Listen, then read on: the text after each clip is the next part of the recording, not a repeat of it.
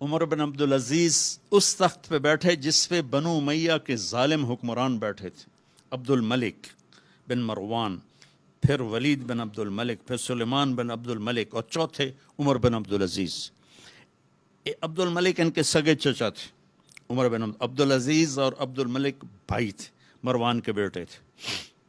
تو عمر بن عبدالعزیز نے 2.25 سال حکومت کی، اور 3 بر اعظم میں زکوٰۃ لینے والا کوئی نہ بچا۔ 3 بر اعظم پہ حکومت تھی، جنوبی فرانس سے لے کر شمالی افریقہ تک اور ملتان تک اس بندے کا جھنڈا لہراتا تھا، اور 3 بر اعظم میں زکوٰۃ لینے والا کوئی نہ بچا، کہ پہلے خزانہ اپنا سمجھ کے لوٹتے رہے اور انہوں نے خزانے کو امانت سمجھ کے استعمال کیا۔ تو وہ انہوں نے بلایا شام کے قاضی رجا کو، کہنے لگے دیکھو عبد الملک میرے چچا مرا تھا تو میں اس کی قبر میں اترا تھا تو اس کے چہرے کا رنگ کالا سیاہ ہو گیا تھا اور اس کا چہرہ قبلے سے یوں ہو گیا تھا، اور عبد الملک کی یہ جگہ سرخ تھی سیب کی طرح۔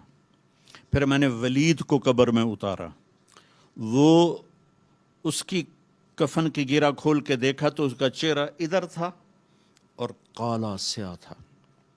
پھر میں نے سلیمان کو قبر میں اتارا تو اس کے چہرے کو دیکھا تو کالا سیاہ تھا اور قبلے سے ہٹا ہوا تھا، بلکہ سلیمان کی ڈیڈ باڈی جب قبر کے قریب گئی، ہم قبر میں اتارنے کے لیے کوئی رومال لاتا ہے، کوئی ادھر ادھر حرکت کرتے ہیں تو اس کی باڈی ایسے سے ہلنے لگی، تو اس کے بچوں نے کہا ہمارا ابا زندہ ہے۔ عمر بن عبدالعزیز نے فرمایا زندہ نہیں، قبر کا عذاب شروع ہو چکا ہے۔ اور یہ ان تینوں کا جرم کیا تھا؟ ظالم تھے، بددیانت تھے، قومی خزانے کو ذاتی ملک بنا لیا تھا۔ یہ کیا سمجھتے ہیں حکمران کہ یہ مزے کریں گے؟ ان سب کے ہاتھ ایسے بندے ہوں گے قیامت کے دن۔ یہ جتنے جج صاحبان ہیں یہ کیا سمجھتے ہیں کہ ہمیں بڑی اعلیٰ پوسٹ ملی ہوئی ہے؟ ان کے قیامت کے دن ہاتھ یہاں بندھے ہوئے ہوں گے۔ پھر اللہ پوچھے گا بتا تجھے جو حکمران بنایا تھا تو نے کیا کیا میرے بندوں کے ساتھ؟ اگر وہ جواب دے سکا تو اس کے ہاتھ چھوڑ دیے جائیں گے، ورنہ انہی بندے ہاتھوں کے ساتھ جہنم میں گر جائے گا۔ اور قاضی سے اللہ پوچھے گا ہاں کیا فیصلے کیے تھے، کتنے ظلم کے فیصلے کیے تھے، کتنے عدل کے فیصلے کیے تھے۔ اگر وہ عدل کے فیصلوں میں کامیاب ہو گیا تو ہاتھ چھوڑ دیے جائیں گے اور جنت میں چلا جائے گا۔ اگر ظلم کے فیصلے کرتا مر گیا تو انہی بندے ہاتھوں کے ساتھ آگ میں چلا جائے گا۔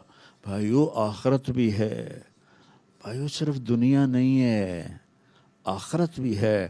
ٹک حرص و ہوس کو چھوڑ میاں، مت دیس بدیس پھرے مارا، قزاق اجل کا لوٹے ہے دن رات بجا کر نکارا۔ کیا بدیا بھینسا بیل شتر، کیا گونی پلہ سر بارا، کیا گیہوں چاول موٹ مٹر، کیا آگ دھواں اور انگارا، سب ٹھاٹھ پڑا رہ جائے گا جب لاد چلے گا بنجارا۔ یہ تو رہنے کی دنیا نہیں ہے۔